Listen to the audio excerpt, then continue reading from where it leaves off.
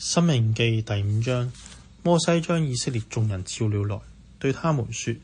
以色列人啊，我今日曉諭你們的律例典章，你們要聽，可以學習，謹守遵行。耶和華我們的神在何烈山與我們立約，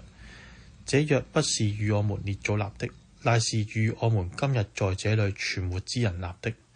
耶和華在山上從火中面對面與你們說話，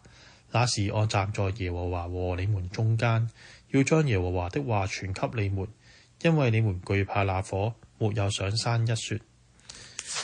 我是耶和華你的神，曾將你從埃及地為奴之家領出來。除了我以外，你不可有別的神，不可為自己雕刻偶像，也不可做什麼形象，仿佛上天下地和地底下水中的百物，不可跪拜那些像，也不可侍奉他，因為我耶和華你的神是忌邪的神。恨我的，我必追討他的罪，自父及子，直到3、4代；愛我、守我誡命的，我必向他們發慈愛，直到千代。不可妄稱耶和華你神的名，因為妄稱耶和華名的，耶和華必不以他為無罪。當照耶和華你神所吩咐的守安息日為聖日，6日要勞碌做你一切的工，但第7日是向耶和華你神當守的安息日。這一日，你和你的兒女、僕婢、牛、驢、牲畜，並在你城裏寄居的客旅，無論何工都不可做，使你的僕婢可以和你一樣安息。你也要紀念你在埃及地過奴僕，耶和華你神用大能的手和伸出來的膀臂將你從那裏領出來。因此，耶和華你的神吩咐你守安息日，當照耶和華你神所吩咐的孝敬父母，使你得福，並使你的日子在耶和華你神所賜你的地上得以長久。不可殺人，不可姦淫，不可偷盜，不可作假見證陷害人，不可貪戀人的妻子，也不可貪圖人的房屋、田地、僕婢、牛、驢，並他一切所有的。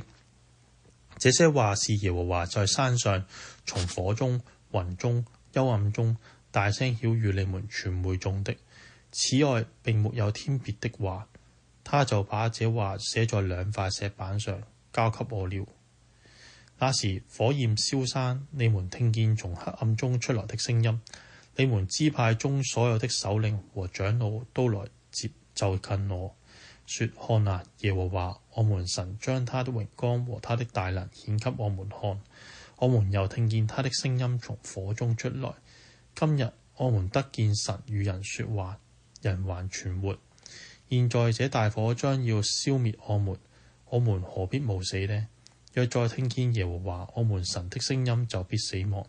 凡屬血氣的，曾有何人聽見永生神的聲音從火中出來，像我們聽見還能存活呢？求你近前去聽耶和華我們神所要說的一切話，將他對你說的話都傳給我們就聽從遵行。你們對我說的話，耶和華都聽見了。耶和華對我說：這百姓的話我聽見了，他們所說的都是。